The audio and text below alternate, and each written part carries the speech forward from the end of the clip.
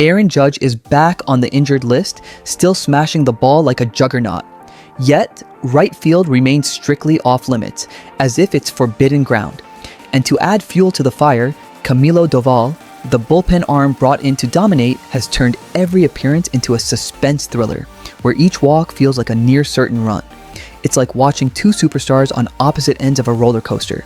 The potential is undeniable, but every twist delivers both exhilaration and dread. News story number 1. Aaron Judge returns to action, hitting like a beast. But here's the catch. He still hasn't set foot in right field. The team's most explosive hitter is locked into the role of designated hitter, while the outfield remains untouched. The situation is almost comical.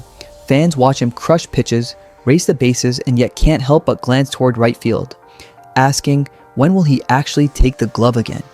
It's like watching a blockbuster film where half the best scenes have been censored out. Since his comeback, Judge has logged 19 games as DH, slashing .200, /.37, 3/.5, 8.5. Not bad considering he's still battling a right flexor strain. Every rocket off his bat suggests rhythm is returning, but the void in right field casts a heavy shadow. Giancarlo Stanton has stepped in, but that's hardly a permanent fix. Stanton himself is injury prone, can't play daily, and every inning in the field feels like walking a tightrope. Manager Aaron Boone now finds himself orchestrating a high-wire ballet, juggling superstar talents while desperately trying to keep the roster from unraveling. And the strangest part? Boone insists there's no direct tie between Judge's injury and his DH-only assignment. According to him, it's just ongoing management and a matter of timing. Translation: Judge might be back in right field any day now, or maybe not. Until then, the entire fan base is holding its collective breath, waiting for the suspenseful climax no one can predict. Meanwhile, the Yankees' offensive engine still leans heavily on the Judge-Stanton duo to unlock its true potential. Until that full force is unleashed, the team tiptoes through the season, tinkering with lineups, minimizing risk, and forcing fans to analyze every at-bat, every substitution, every rest day as though it's part of a reality show. Boone's job looks less like baseball management and more like solving an impossible equation: talent, injuries, and rest colliding into one nerve-wracking formula. Every contest has become an experiment. Every move sparks debate, memes, and outrage across MLB circles. Fans can't tell if the Yankees are protecting their stars' bodies or simply playing a grand game of tactical chess behind closed doors. But one thing is clear: when Judge finally returns to the outfield and Stanton is firing alongside him, the Yankees' offense will unleash the thunder everyone envisioned since opening day. Until then, it's a daily test of patience, a theater of suspense, and a saga where every Judge swing as DH keeps the Bronx faithful on edge, praying the storyline doesn't collapse. Honestly, following the Yankees right now feels like a sport of its own. You don't even need to leave the couch. Just sit back, observe, and dissect every nuance, every movement, every tactic, every subtle adjustment. The anticipation surrounding Judge's long-awaited return to right field is monumental, and his eventual pairing with Stanton carries the potential to completely reshape this ball club. Until that moment arrives, we savor the suspense, commenting on every strange play, every rest day, every physical evaluation, finding entertainment in the endless tension that never seems to fade. Headline number 2 today: the turmoil in the Yankees bullpen reads like a suspense drama. Camilo Doval arrived with tremendous fanfare, acquired in a deal that shipped Tristan Rang, Jesus Rodriguez, Parks Harbor, and Carlos Darroa to another team. Expectations were crystal clear: a dominant arm capable of making hitters tremble, with devastating sliders and cutters that appear unhittable. Yet the reality, my friends, has been far less glamorous. Doval's debut came with plenty of enthusiasm. He'd been on the Yankees' radar for some time, but the early returns have been mixed. His ERA stands at 5.79 across 9.1 innings pitched, surrendering 6 earned runs. Yes, the strikeouts are there, But that haunting BB9 rate of 6.75 has disrupted his rhythm on multiple occasions, undermining consistency. In other words, the arsenal is lethal, but the precision is sometimes absent, and the team pays the price. Against the Washington Nationals, however, he finally flashed the dominance everyone was waiting for. Riley Adams became the first casualty of the night. Fanned on a biting third-strike slider, Dylan Cruz lifted a routine flyout, and Brady House was dismissed after only 4 pitches. Short, sharp, and efficient.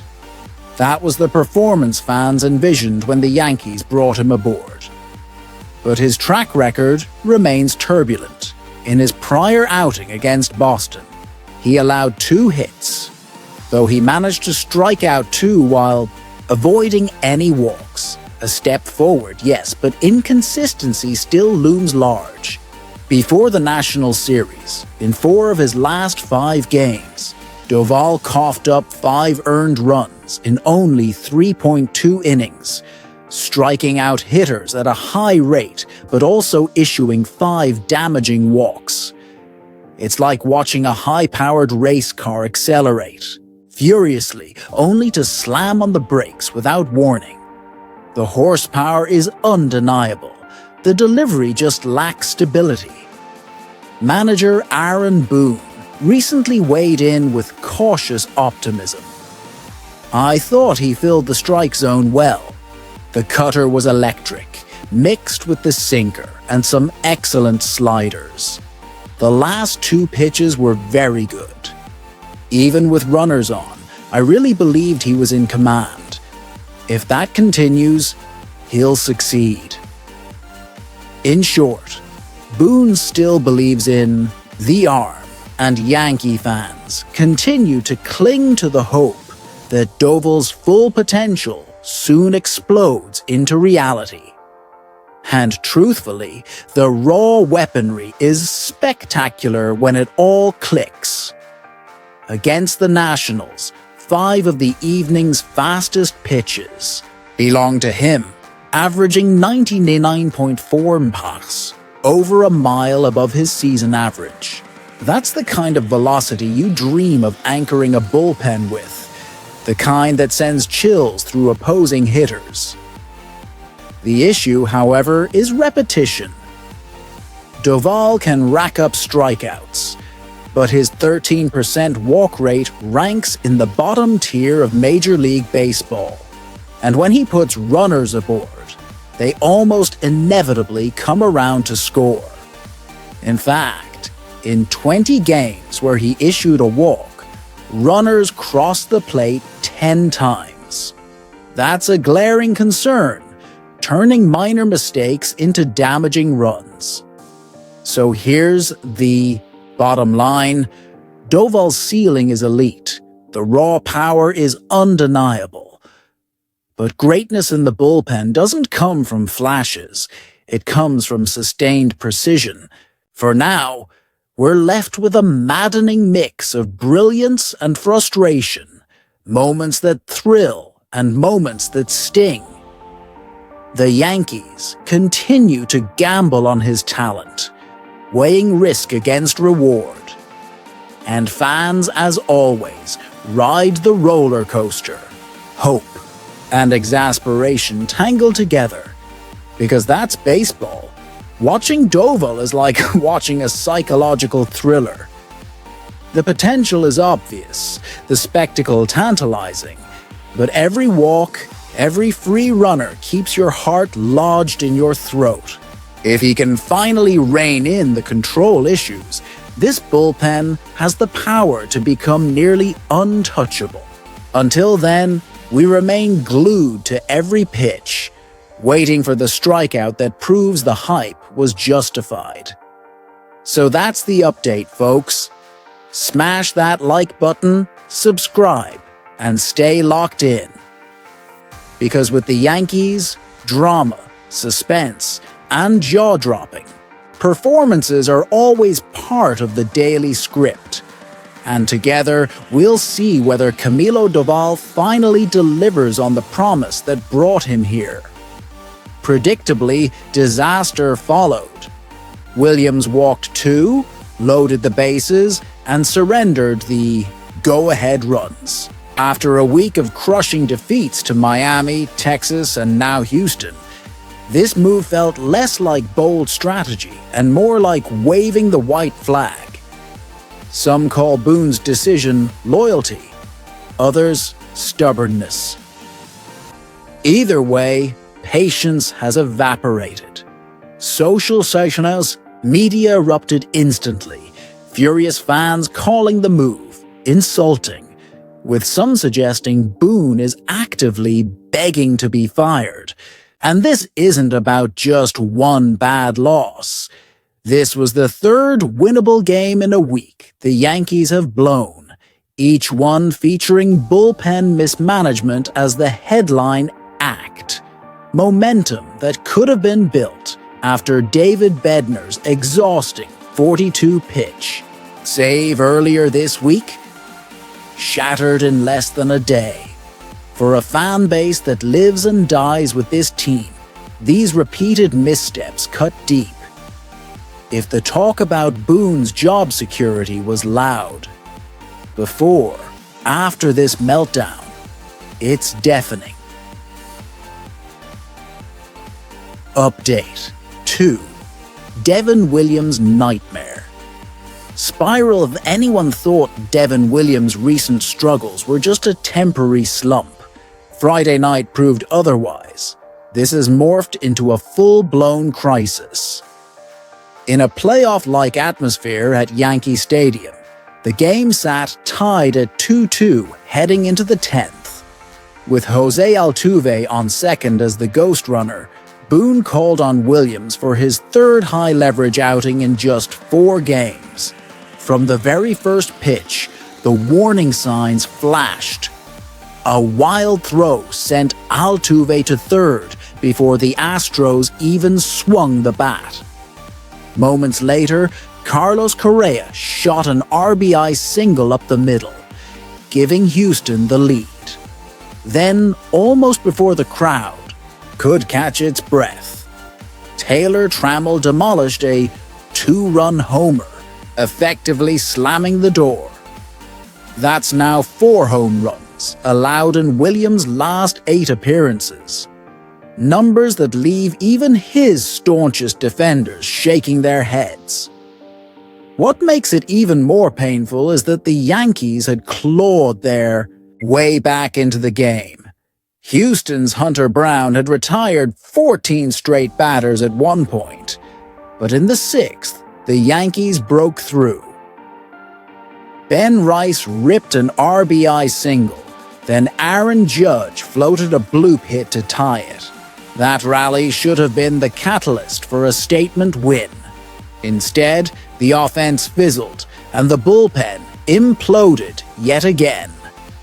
This wasn't just another entry in the loss column. It marked the Yankees' 30th defeat since mid-June, dropping them to a 1930 record in that brutal stretch. For a team that once set its sights on the top of the American League, this is no longer just alarming.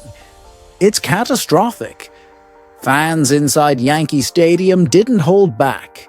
Chants and boos thundered through the stands after the final out. And in the digital world, it didn't take long for the frustration to boil over. Within minutes, Devin Williams was trending across social media. A clear sign that patience with both the struggling reliever and Aaron Boone's unwavering trust in him has evaporated. What was once branded as a Super Bowl bullpen, after the trade deadline has now transformed into one of the roster's most glaring liabilities. If the Yankees don't make swift, decisive changes, these late-inning meltdowns could become the defining storyline of the season.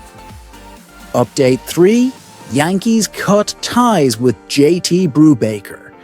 In a move that caught even loyal fans off guard, the Yankees have officially parted ways with right-hander JT Brewbaker just days after designating him for assignment.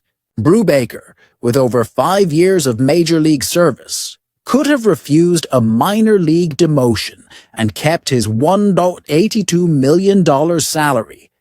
But the Yankees didn't wait for that scenario to play out. Instead, they sent him directly to the open market. Financially, the impact on the Yankees is negligible. They'll cover what's left of his contract, minus any prorated league minimum another club might pay him. For Brewbaker, it's a chance to reset his career. But in the Bronx, his tenure will go down as a what could have been chapter. From 2020 to 2022, with the Pittsburgh Pirates, Brewbaker was a serviceable starter, logging over 315 innings with a 4.999 ERA. Numbers many believed should have been better. His strikeout and walk rates hovered around league norms, and advanced metrics like FIP hinted that bad luck played a role in inflating his ERA. Unfortunately, his Yankees story never truly began. After undergoing Tommy John surgery in 2023, the Yankees acquired him from Pittsburgh in early 2024 with hopes he'd be a second-half boost. Instead, a rehab setback and a fractured rib in spring training 2025 kept him sidelined until mid-June. Thank you, Guy. See you next video.